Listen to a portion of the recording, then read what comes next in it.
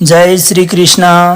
नमस्कार दोस्तों, आज हम श्रीमद् भगवत गीता के 10 अति महत्वपूर्ण विचारों को जानेंगे और इन विचारों को बहुत ही आसान भाषा में आपको समझाया जाएगा। इन विचारों को जानकर समझकर आप अपने जीवन में वो सब कुछ हासिल कर सकते हैं जो आपको असंभव लगता है। बस आप इन भगवत गीता के विचारों को वीडियो के आखिर तक जरूर सुनना। श्रीमद् भगवत गीता का पहला विचार यह है कि आपने और हमने जीवन में जितनी भी खुशियां पाई है उनको यदि हम याद करते हैं तो हमारा भगवान श्री कृष्ण के प्रति प्यार और भी गहरा होता जाता है, और हम अपने जीवन में घटित संघर्षों को यदि याद करते हैं तो भी हमारा भगवान श्री कृष्ण के प्रति प्यार और बढ़ता जाता है, लगाव और बढ़ता जाता है। देखो दोस्तों, कान्हा ने न जाने अपने जीवन में कितनी ही लीलाएं रची है। उन तमाम लीलाओं से हमें अपने जीवन में सीखने को बहुत कुछ मिलता है। ये बात भी सत्य है कि हमें आखिर अपने कर्मों का फल तो भोगना ही पड़ेगा। तो एक बात सोचने वाली है कि कान्हा भगवान होते हुए भी अपने माता पिता को जेल में छोड़कर क्यों चले गए? क्यों वो अपने माता पिता को कारागार में छोड़कर आ गए? वो तो भगवान थे, निकाल सकते थे। कंस का वध करने के पश्चात भगवान श्री कृष्ण कारागार में गए और अपने माता पिता को आजाद करवाया। तो उनकी माता देवकी ने उनसे प्रश्न किया कि हे पुत्र, तुम तो परमात्मा के रूप हो और तुम्हारे पास तो अपार शक्तियां हैं। अगर तुम चाहते तो तुम हमें कंस के अत्याचार से कब के बचा सकते थे और इस कारागार से बाहर भी निकाल सकते थे, किंतु इसके पश्चात भी तूने हमें छुड़ाने और कंस को उसका दंड देने के लिए 14 वर्षों का इंतजार क्यों किया? तब भगवान श्री कृष्ण अपनी माता देवकी से कहते हैं कि माता, सर्वप्रथम तो मैं आपसे इस 14 सालों के इंतजार के लिए क्षमा चाहता हूँ, और आपको शायद याद नहीं होगा, पिछले जन्म में आपने मुझे 14 वर्षों का वनवास दिया था। अब ऐसी बात सुनकर माता देवकी को बड़ा ही आश्चर्य हुआ। उसने कृष्ण से पूछा कि बेटा, ऐसा कैसे संभव हो सकता है? इस पर भगवान श्री कृष्ण ने अपनी माता को याद दिलवाया कि माता, आप पिछले जन्म में माता कैकेयी थी और राजा दशरथ की पत्नी थी। माता देवकी ने श्री कृष्ण से पूछा, तो ये बताओ कि महारानी कौशल्या कौन थी? तब श्री कृष्ण बताते हैं कि माता, महारानी कौशल्या मैया यशोदा है, जो अपने पिछले जन्म में 14 वर्षों तक अपने पुत्र प्रेम से वंचित रही थी, और इस जन्म में उन्हें वही प्यार वापस मिला है। इसलिए इस मृत्यु लोक में तमाम मनुष्यों को अपने कर्मों का फल अवश्य भोगना पड़ता है। कर्म मनुष्य की ऐसी परछाई है जो इस जन्म में तो क्या, जन्म जन्मांतर तक आपके साथ रहती है। प्रभु की लीला प्रभु ही जाने। परमात्मा वही करते हैं जिसे हम मनुष्य नहीं कर सकते। दुर्योधन ने लाक्षागृह भवन का निर्माण करवाया और उसकी योजना थी कि समस्त पांडवों को मैं लाक्षागृह भवन में अग्नि लगाकर वहीं समाप्त कर दूंगा, परंतु इसके उपरांत भी पांडव कैसे जैसे करके उस लाक्षागृह भवन से अपने आप को सुरक्षित निकाल लेते हैं। और इतना ही नहीं, इसके उपरांत तमाम पांडवों को जंगल में अपना वेश बदलकर अपनी पहचान छिपाकर रहना पड़ा। इसलिए ध्यान रहे दोस्तों कि हमने जो भी कर्म किए हैं उनका फल हमें अवश्य ही भोगना पड़ता है। अब दोस्तों, एक बहुत बड़ी बात जो हमें श्रीमद् भगवत गीता से सीखने को मिलती है कि ईश्वर के प्रति, परमात्मा के प्रति हमारी भक्ति प्रेम और श्रद्धा से परिपूर्ण होनी चाहिए। कोई छल कपट नहीं होना चाहिए। जब कभी भी ब्रह्मांड में इस प्रकार की चर्चा हुआ करती थी कि भगवान श्री कृष्ण का सबसे बड़ा भक्त कौन है, तो उसका जवाब यही मिलता था कि श्री राधा रानी जी है जो श्री कृष्ण की सबसे बड़ी भक्त है। परंतु इस बात से भगवान नारायण कभी प्रसन्न नहीं थे। भगवान नारायण मानते थे कि उनसे बड़ा भक्त श्री कृष्ण भगवान का कोई है ही नहीं। तो दोस्तों, एक समय की बात है जब नारद जी भगवान श्री कृष्ण से मिलने के लिए द्वारिका पहुंचे हुए थे। अब भगवान श्री कृष्ण जैसे ही नारद जी को देखते हैं तो वे अपना सर पकड़कर बैठ जाते हैं, और जैसे ही नारायण भगवान को श्री कृष्ण दिखाई देते हैं तो उनके पास आते हैं, प्रणाम करते हैं और पास आकर पूछते हैं कि हे मालिक, आपने अपना सर क्यों पकड़ रखा है? तो भगवान श्री कृष्ण नारायण भगवान से बताते हैं कि आज मेरे सर में बहुत दर्द हो रहा है। तो नारायण श्री कृष्ण भगवान से कहते हैं कि हे परमात्मा, आप तो सभी के दुखों को हर लेते हैं, तो आपके अनुसार इस समस्या का क्या समाधान है? इस पर भगवान श्री कृष्ण कहते हैं कि हे नारद, इस संसार में मेरा सबसे बड़ा भक्त जो होगा अगर वो चरणों को पानी से धोकर उस चरणामृत को मुझे पिलाता है तो मुझे इस पीड़ा से मुक्ति मिल जाएगी।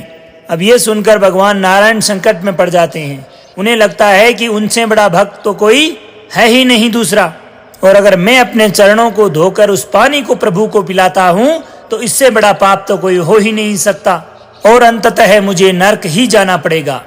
तभी उन्हें स्मरण होता है कि राधा रानी जी भी अपने आप को भगवान श्री कृष्ण का बहुत बड़ा भक्त मानती है। तो नारद जी श्री कृष्ण भगवान से आज्ञा लेते हैं और राधा रानी के महल की तरफ चल देते हैं। अब वहां पहुंचकर नारद जी जैसे ही श्री राधा रानी जी को भगवान की पीड़ा के बारे में बताते हैं तो राधा रानी जी पानी से अपने चरणों को धोती है और उस चरणामृत को नारद जी को दे देती है। और नारद जी से कहती है कि मुझे ये तो नहीं पता कि मैं प्रभु की कितनी बड़ी भक्त हूँ, लेकिन मैं अपने भगवान को किसी भी हाल में कष्ट में नहीं देख सकती। आप इसे अति शीघ्र ले जाएं और परमात्मा की पीड़ा को कम करें। अब श्री राधा रानी जी के मुख से इस प्रकार के वचन सुनकर नारद जी को भी बड़ा आश्चर्य हुआ। वो उनकी भक्ति के सामने नतमस्तक हो गई। कहने लगे कि देवी, आप ही भगवान की सबसे बड़ी भक्त हैं, और कहते हैं कि भगवान श्री कृष्ण ने मुझे ये सब संदेश देने के लिए ही इस प्रकार की लीला रची होगी। और इससे साफ साफ यही समझ में आता है कि संपूर्ण भाव और पूर्ण श्रद्धा से ही प्रभु की भक्ति की जा सकती है। दोस्तों, भगवान श्री कृष्ण को एक और नाम से भी जाना जाता है, और वो है रणछोड़ दास। क्योंकि ऐसा कहा जाता है कि भगवान श्री कृष्ण ने एक बार रण छोड़ दिया था, युद्ध का मैदान। भगवान श्री कृष्ण से एक बात और हमें सीखने को मिलती है कि बिना मतलब किसी के सामने अपनी ताकत का दिखावा नहीं करना चाहिए। अब अगर भगवान श्री कृष्ण की इच्छा होती तो वो महाभारत थोड़ी होने देते। वो संपूर्ण महाभारत को अपनी शक्ति से ही खत्म कर सकते थे, परंतु उन्होंने कभी भी बिना आवश्यकता के अपनी ताकत का दिखावा नहीं किया। यहाँ तक कि वे महाभारत के युद्ध में भी एक सारथी बनना ही स्वीकार करते हैं, ना कि कोई योद्धा। उन्होंने अर्जुन से कहा था कि युद्ध में सिर्फ तुम्हें ही लड़ना होगा, मैं सिर्फ तेरा सारथी रहूंगा। कंस का वध करने के लिए भगवान श्री कृष्ण का जन्म हुआ था, ताकि कंस का अत्याचार जो पृथ्वी पर लगातार बढ़ता जा रहा है उसका विनाश कर सके, उसे खत्म कर सके। और जब भगवान श्री कृष्ण किशोरावस्था में थे तभी उन्होंने गोकुल से मथुरा की तरफ प्रस्थान कर दिया था और मथुरा पहुंचकर कंस का वध किया। और इस प्रकार उन्होंने संपूर्ण सृष्टि को दुराचारी कंस के अत्याचारों से मुक्त करवाया। और जब कंस की मृत्यु हुई तब जरासंध जो कंस के ससुर थे, उसने शिशुपाल और कालिया वंश जैसे राजाओं के साथ मिलकर मथुरा पर आक्रमण कर दिया था। और जैसे ही भगवान श्री कृष्ण और उनके बड़े भाई बलराम को ये बात ज्ञात होती है तो उन्होंने युद्ध को लड़ने से पूर्व उसे टालना उचित समझा था। ऐसा इसलिए किया था कि युद्ध में केवल सैनिक ही नहीं मारे जाते, बल्कि नगर में जो निर्दोष नागरिक होते हैं उनकी जान को भी खतरा होता है। ये भगवान श्री कृष्ण की लीला ही थी जो उस नगर के तमाम लोगों को सुरक्षित जगह एक नई नगरी में समुद्र के किनारे ले गए थे, और उसी नगर का नाम था द्वारिका। और उसके अगले दिन ही जब युद्ध होता है तो कंस और उसके साथी राजाओं ने अपने शस्त्र उठा लिए। ये देखकर भगवान श्री कृष्ण और बलराम वहां से भागने लग जाते हैं। और जैसे जैसे वो भागते जाते हैं उनके पीछे जरासंध, शिशुपाल और कालवन जैसे राजा भी भागने लगे। उनमें से जो काल्यवन था उसको देवताओं की तरफ से वरदान प्राप्त हुआ था कि कोई भी उसे अस्त्र अथवा शस्त्र से नहीं मार पाएगा। इसीलिए वह बहुत ही निर्भय था, उसे किसी प्रकार का डर नहीं था। वो जानता था कि मुझे मारा ही नहीं जा सकता, और इसीलिए वह बिना डरे भगवान श्री कृष्ण का लगातार पीछा करता रहा और इसी प्रकार एक गुफा में पहुंच जाता है। अब आपको बता दें कि उस गुफा में एक राजा सोया हुआ था जिसका नाम मुचकुंद था। अब राजा मुचकुंद को भगवान इंद्र से इस प्रकार का वरदान प्राप्त था कि जब भी वो सोए रहते हैं उस समय जो भी उसकी निद्रा में विघ्न डालेगा और उसके समक्ष अगर उसकी नजरों में आता है तो वह स्वयं ही जलकर भस्म हो जाएगा। तो भक्त भगवान श्री कृष्ण एक लीला रचते हैं। वो अपने पीताम्बर को राजा मुचकुंद के मुंह पर डाल देते हैं और स्वयं कहीं जाकर छुप जाते हैं। अब राजा मुचकुंद सोए हुए थे और जैसे ही कालियावंत उनके सामने प्रस्तुत होता है, वहां पहुंचता है, तो उसे लगता है कि शायद भगवान श्री कृष्ण यहाँ छुपकर सोया हुआ है। और कालियावंत ने राजा मुचकुंद को एक लात मार दी जिससे उनकी निद्रा टूट गई। वो अत्यधिक क्रोधित होकर अपनी सैया से उठ खड़े हुए अब जैसे ही कालियावन की नजर राजा मुचकुंद से मिलती है, भगवान इंद्र से मिले वरदान के अनुसार कालियावंत वहीं पर जलकर भस्म हो जाता है। अब ये सारी घटना घटित हो जाने के पश्चात भगवान श्री कृष्ण राजा मुचकुंद को अपना दिव्य रूप चतुर्भुज रूप का दर्शन देते हैं और साथ ही साथ उन्हें मोक्ष प्राप्ति का वरदान भी दे देते हैं। और दूसरी ओर उन्होंने जरासंध का वध भीम से करवाया। तो इस प्रकार भगवान श्री कृष्ण ने अपनी लीलाओं से हमें यही सिखाया है कि उन्होंने किस प्रकार से देवताओं से प्राप्त वरदान का सम्मान बनाए रखा और ऐसी स्थिति में युद्ध ना करके वहां से भागकर उन्होंने ये साबित कर दिया कि बिना युद्ध लड़े भी अथवा बिना मतलब के अपनी शक्ति का प्रदर्शन कर अपने नागरिकों की जान किस तरह से बचाई जा सकती है। दोस्तों, भगवान श्री कृष्ण बताते हैं कि मनुष्य को कभी भी अहंकार नहीं करना चाहिए। अहंकार से हम जितनी दूरी बनाकर रखते हैं उतना ही हमारे लिए अच्छा होता है। अब तीसरा विचार यह है कि न जाने भगवान श्री कृष्ण से ही अपने जीवन में क्या क्या छूटा था। सर्वप्रथम जब भगवान की जिंदगी शुरू होती है तो उनके माता पिता उनसे छूट जाते हैं। नंद और यशोदा मैया मिली तो वो भी छूटे, गोकुल छूटा, राधा छूटी और उनका जन्म स्थान मथुरा भी छूटा। अगर भगवान श्री कृष्ण से कुछ ना छूटा तो वो है उनकी मुस्कान और उनकी सकारात्मक सोच। इसलिए तो भगवान श्री कृष्ण हमें यही सिखाते हैं कि जिंदगी में जब सब कुछ छूट जाता है उसके पश्चात ही हमें अपने जीवन में मुस्कुराहट किस प्रकार से बनाए रखनी है और किस प्रकार सकारात्मक रह सकते हैं। दोस्तों, जब जीवन में कुछ भी ना समझ आए तो श्रीमद् भगवत गीता का ज्ञान लेना शुरू कर दीजिएगा। आपको अपने जीवन में उत्पन्न हर एक समस्या का समाधान स्वतः ही मिल जाएगा। भगवान श्री कृष्ण से हमें कर्म का महत्व सीखने को मिलता है।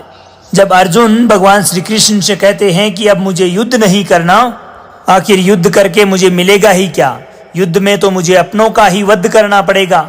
तब भगवान श्री कृष्ण अर्जुन को बताते हैं कि हे पार्थ, तुम अपने कर्म पर ध्यान दो, फल की चिंता मत करो। इन कर्मों के फल के लिए तुम्हारे भीतर जो मोह छुपा है उसे अपने मन से निकाल दो, तो तुम्हारी मंजिल तक पहुंचने की जो यात्रा होगी उस यात्रा का केवल आनंद लो। भगवान श्री कृष्ण कर्म की व्याख्या कुछ इस प्रकार से करते हैं कि असल में यज्ञ को कार्य रूप देना ही कर्म होता है। अब यज्ञ का मतलब ये नहीं होता कि ईश्वर को प्राप्त करने के लिए हम जो इच्छा रखते हैं उसके लिए अनुष्ठान इत्यादि करवाना, बल्कि यज्ञ का वास्तविक अर्थ होता है कि यज्ञ आराधना की विधि विशेष होती है। और दोस्तों, वर्तमान में हम जो जीवन जी रहे हैं अगर उसकी बात करें तो आप जो अच्छे कर्म करते हैं उन्हीं पर अपना ध्यान केंद्रित करें और अपने जीवन के लक्ष्य तक पहुंचने की आपकी जो जीवन यात्रा है उसी का आनंद लें और बाकी सब कुछ भूल कर उस परमात्मा को सौंप दें, वह सब कुछ ठीक कर देंगे। और दोस्तों, जो भी नेक और अच्छे कर्म करते हैं उसके साथ कभी भी बुरा नहीं होता। अब इस बात को हम महाभारत की एक घटना से समझते हैं। अब युद्ध आरंभ होने से पूर्व अर्जुन और दुर्योधन दोनों ही भगवान श्री कृष्ण से उनका साथ मांगने के लिए जाते हैं। उस वक्त भगवान श्री कृष्ण विश्राम कर रहे थे। दुर्योधन अहंकारी था, इसलिए वो भगवान श्री कृष्ण के मस्तक की तरफ जाकर बैठ जाता है और वहीं दूसरी ओर अर्जुन भगवान श्री कृष्ण के चरणों की तरफ जाकर खड़े हो जाते हैं। अब जैसे ही भगवान श्री कृष्ण की नींद खुलती है तो वो सामने सीधा अर्जुन को खड़े देखते हैं। तो उन्होंने अर्जुन से पूछा कि हे अर्जुन, बताओ तुम क्या चाहते हो। ऐसे में दुर्योधन गुस्सा हो जाता है और झगड़ते हुए कहता है कि मैं तो पहले आया था, आपको मेरी बात पहले सुननी चाहिए। तो ऐसे में भगवान श्री कृष्ण दुर्योधन से कहते हैं कि चलो बताओ तुम क्या मांगने आए हो। अब दुर्योधन जितनी बुद्धि रखता था और जिस प्रकार के उसके कर्म थे उन्हीं के अनुसार उसने श्री कृष्ण से मांगा कि मुझे आपकी सेना चाहिए।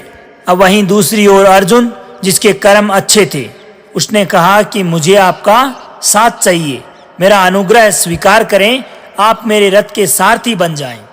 अब भगवान श्री कृष्ण पहले से ही शस्त्र ना उठाने की प्रतिज्ञा कर चुके थे, इसलिए वे अर्जुन की प्रार्थना स्वीकार करते हैं और उनका सारथी बनने के लिए तैयार हो जाते हैं। और इसीलिए भगवान श्री कृष्ण ने अर्जुन को श्रीमद् भगवत गीता का संपूर्ण ज्ञान दिया और युद्ध के लिए जो रणनीति बनवाई उसी से पांडवों की विजय हुई। इसलिए ये घटना हमें ये बताती है कि जिसके कर्म अच्छे होते हैं अंत में उसके साथ अच्छा ही होता है।